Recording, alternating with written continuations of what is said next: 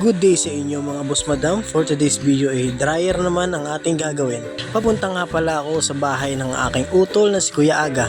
Hindi ko nga pala gamit ngayon ang aking Aerox na Dipadjak dahil yung bahay nila ay walking distance lang mula sa aming bahay.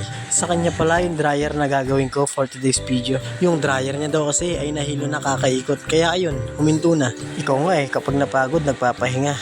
Yung dryer pa kaya. Si Ate Shirley nga pala ang nagbukas ng pinto para sa akin. At ayun, ang utol kong bordado na lumamang lang ng 2 ligo sa akin. At ito pala yung dryer na ipapaayos sa akin ni Kuya Aga. At nang ma-check ko na okay pala yung timer, sa likuran ko naman titignan para makita ang dahilan ng paghinto nito. Hindi na pala ako nagdala ng mga tools ko dahil sa alam kong kumpleto rin si utol.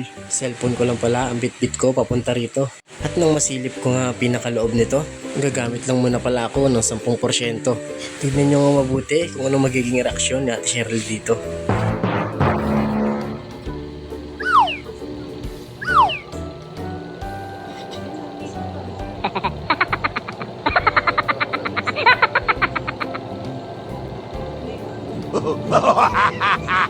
Tanggalin ko na nga, baka naghinala pa, nambibiro lang ako.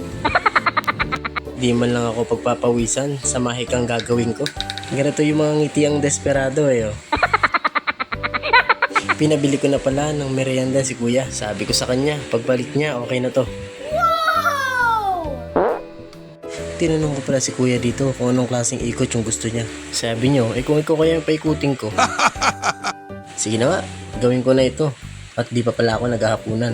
Kaunting mahika, 100% kaalaman, 150 na grado na mata ang gagamitin ko para mabao ko ito.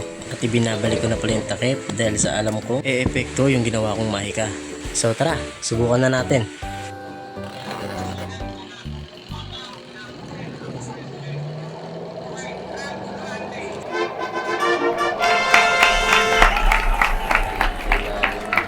Yo, okay na. Ay mga fans. Ayos ba mga boss madam? Maraming pong salamat sa panonood.